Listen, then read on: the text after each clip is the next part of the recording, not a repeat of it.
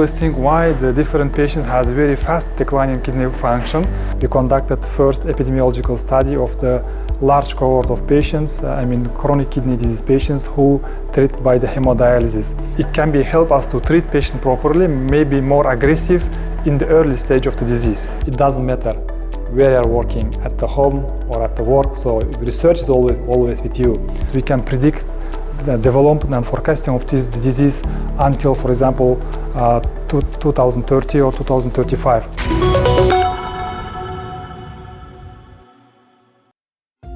Forewarned is forearmed. This old truth is especially important when it comes to diseases that remain silent for a long time. They can develop quietly without pain or obvious symptoms. And when a person finally sees a doctor, it can already be too late. The organs are seriously damaged. So-called silent diseases often affect kidney function. The damage happens gradually and without noticeable symptoms. In the early stages, a person may feel completely fine, unaware that their kidneys are losing the ability to filter the blood. Without treatment, the condition can lead to dialysis or complete kidney failure. Kazakhstani scientist Abduzhappar Gaipov is working to change that worst-case scenario. He is searching for specific biological signals, early indicators that reveal what's happening inside the kidneys and warn of disease before it becomes critical. His research aims not just to treat, but to predict and act ahead of time. The biomarkers, that means this is the urinary proteins. When we have urine analysis, we have show some albumin. So usually albumin and the overall protein uses are the biomarker of kidney disease. But maybe there is also additional biomarker that can be additional marker for kidney disease progression. So we are trying to discover such biomarkers. As a physician, I always see patients who came to me for consultation, and some patients they have proteinuria. And some patients they have very fast decline in kidney function and progression of chronic kidney disease. So I always think why the different patient has very fast decline in kidney function, and because of that we are started to research on proteomics, urinary proteomics, to discover if there is any candidate biomarkers which can be associated with bad outcomes. If we able to find the most appropriate candidate biomarker which is associated with adverse outcomes, then in usually clinical practice we can implement this. So what can we do? We can define this biomarker in some patients which correlated with the bad outcomes, and it can be help us to treat patient properly, maybe more aggressive in the early stage of the disease. Dr. Gaipov's research is a long and challenging journey. It can take 10 to 15 years to discover a signal biomarker. The process starts by identifying a protein that may be linked to declining kidney function. Then comes the stage of validation and testing on patient groups. The observation can last for years. During this time, the research team continuously analyzes data and searches for meaningful patterns. We are working on glomerular disease, which is the most important part of the nephrological patients, because most of the disease they very fastly end up with chronic kidney disease and end-stage kidney disease. Also, we are going to try also involve diabetic patients who has diabetic nephropathy. Of course, as soon as we prove these two diseases, we can also switch to another disease like lupus nephritis or secondary hypertension, secondary nephropathies. We already found a couple of biomarkers which are downregulate and upregulate the kidney function, and they already show the association with the adverse kidney function. There is a lot of similar projects in different countries, especially in European countries, and we have some difference between the research methodology. So we are going to use very high performance new brand technology to look at, to discover the biomarkers. To analyze proteins, the researcher uses modern high-sensitivity technologies. They can detect even the slightest changes in the composition of urine. To make the testing process faster and more accurate, the team applies machine learning and artificial intelligence. Algorithms process thousands of data points and identify those truly linked to declining kidney function. This is where modern nephrology is being shaped, at the crossroads of biology, medicine, and digital innovation. I requested the small data from the government, from the Minister of Health, and they provided data. And using this data, we conducted first epidemiological study of the large cohort of patients, chronic kidney disease patients who treated by the hemodialysis. Kazakhstan has very good digital process, and every government, including also Minister of Health, and all treatment process are transferred to the digital process. So we have a lot of medical records from the hospitals, from the outpatient centers, which collected in the Ministry of Health. We collected data from 2014 until 2018 and properly make all necessary methodological process and write manuscript and publish it. And then we started to collect anonymized, de-identified healthcare records of the population which collected in Ministry of Health. And then we started to work in different areas. We successfully finished 9 infectious disease, all epidemiology. We also did some mathematical modeling using this epidemiological big data, and also we used some artificial intelligence tools like machine learning to predict mortality and to predict some forecasting for next 10 years of development of this disease. We can predict the development and forecasting of this disease until, for example, 2030 or 2035. Why it's very important? Because it's very important because we can properly prepare for this disease, and we can make all necessary policymakers, all necessary care to prevent the development of such disease. In second stage, we started to work in the cardiovascular disease. Today, medicine goes far beyond the doctor's office and a paper patient file. Digital technologies and artificial intelligence are becoming an essential part of the work of doctors and scientists. Machine learning algorithms can process in seconds what would take humans months. They analyze massive volumes of data from lab results to medical histories and uncover hidden patterns. AI helps diagnose diseases, predict their progression, and select the most effective treatment. For Kazakhstan, such research is a chance to move in step with leading global scientific centers.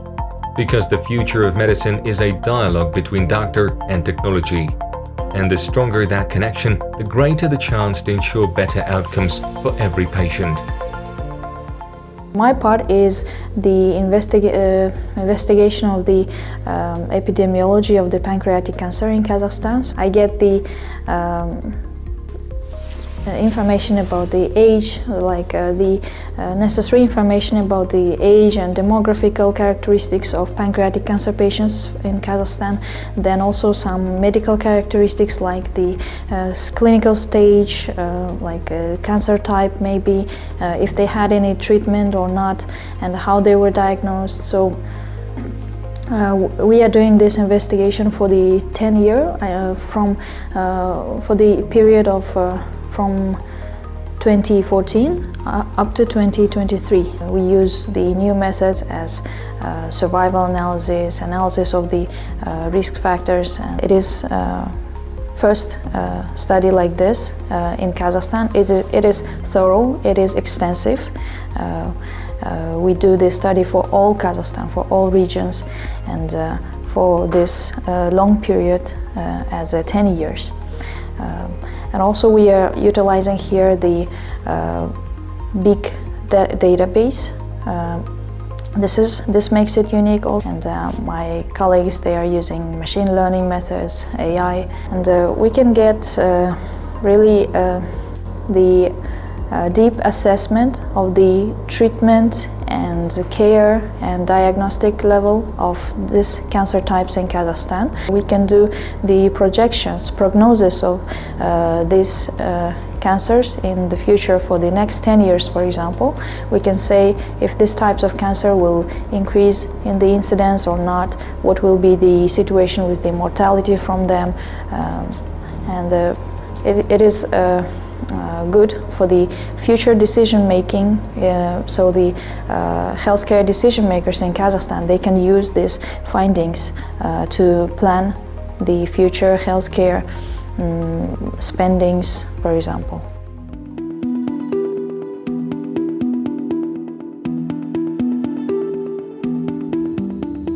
I'm 44 years old. I was born in Turkestan city. My father was the main trigger who always encouraged me to do science, because he's also a physician and he was also very excited to see scientific professors, big professors.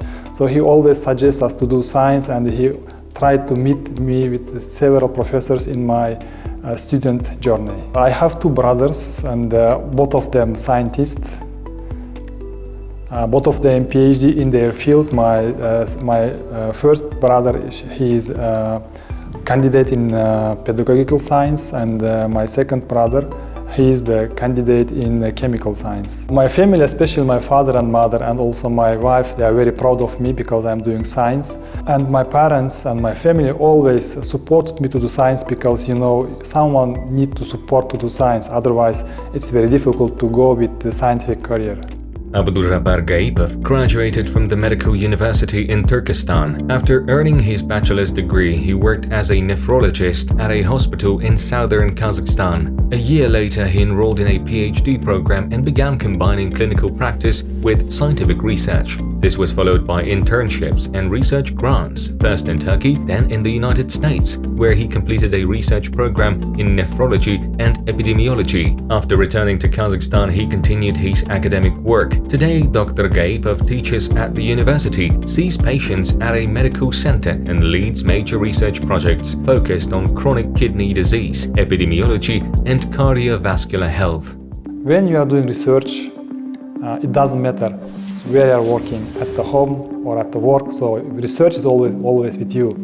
So sometimes it's very difficult to take the time to rest, because you have to do research always. And it's very difficult to keep the balance between your personal life and with doing your research. When I have time to spend with my family, I usually go to do dinner together, and we try to go outside to different countries in the summer period with all together with my family. Also, we usually visit our parents, which live in Turkestan city. During my free time, I usually watch TV and I usually read book.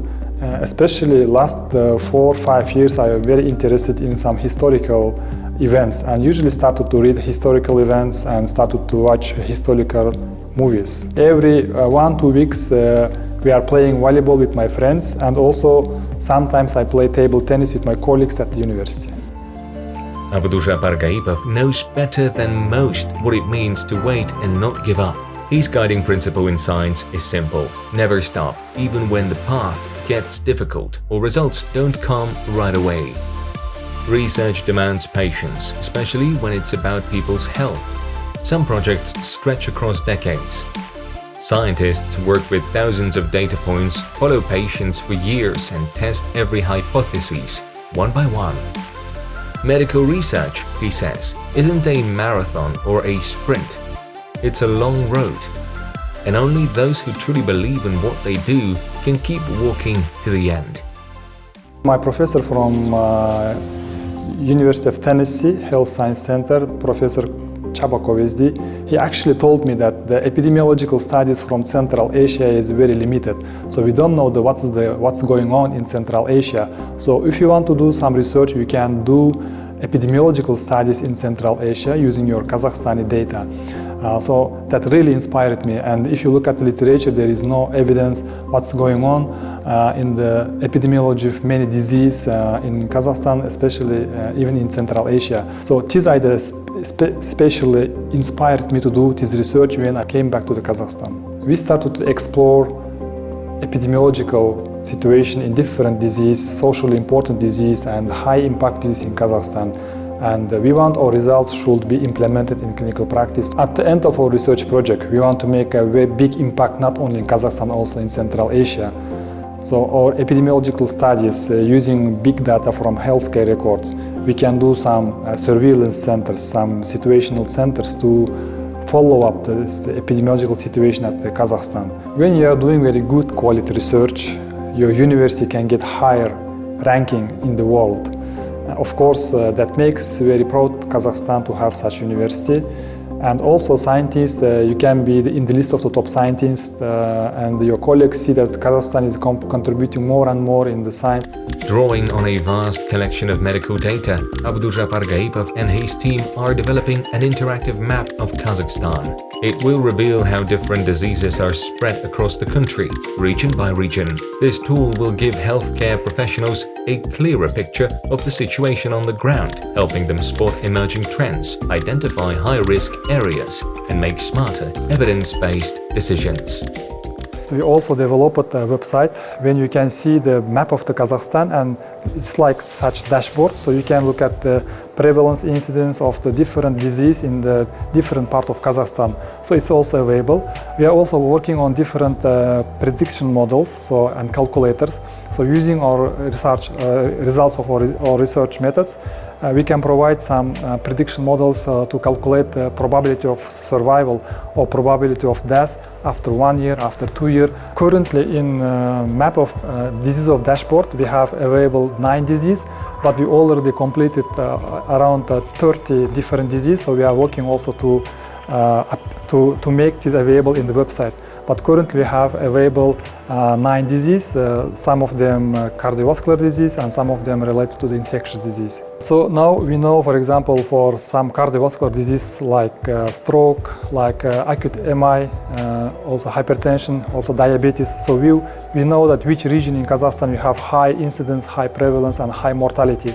For example, if some north part of Kazakhstan has high mortality in cardiovascular disease, we can improve the medical care, we can send good physicians, and we can improve the medical care and service for this population, which is very important. A similar disease map is already in place on a global scale, and Abduzhappar Gaipov and his team are among the first scientists from Central Asia to contribute to its expansion. For the international scientific community, their work is a valuable piece of the puzzle, and for Kazakhstan, it's a powerful opportunity to have a voice to help shape decisions that affect the health and lives of millions.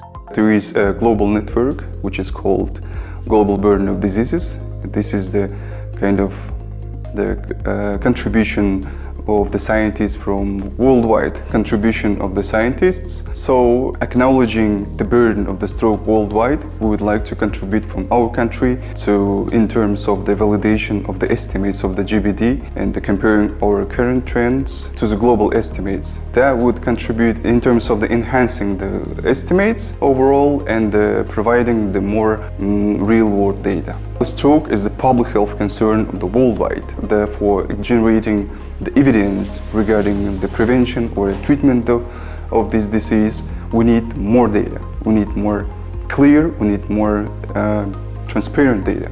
Therefore, this global network encouraging scientists from all over the world to contribute their data to say and show their kind of maybe unique features of the country or the nation. In this term, that would be of a great interest. We work with the data which is taken from the healthcare ministry, and therefore we need more members, more people from various fields. For instance, I am working, like my background is the public health, my colleagues are from other fields like biology, maybe economics, or some are even are medical doctors. And such a collaboration supposed to enhance and to enrich our research outputs. The foremost, this is about the prevention, about the prevention, about the quantification of the burden, which will help to save money, save resources, and to save, hopefully, lives worldwide. Abduzhappar Gaipov is a face of Kazakhstani science, a physician, researcher, and teacher. His work stands at the crossroads of clinical medicine, big data, and cutting-edge technology. He was among the first scientists in Central Asia to begin searching for biomarkers of chronic kidney disease, proteins in urine that can reveal how the condition is likely to progress. His research has the power to reshape the way kidney conditions are diagnosed and treated. Alongside this, his team is building an interactive disease map of Kazakhstan, a powerful tool designed to help doctors and decision makers respond precisely where help is needed most. Step by step, Dr. Gaipov's research is becoming part of the global scientific landscape, and everything he does brings us closer to the medicine of the future, one that is smart and preventive.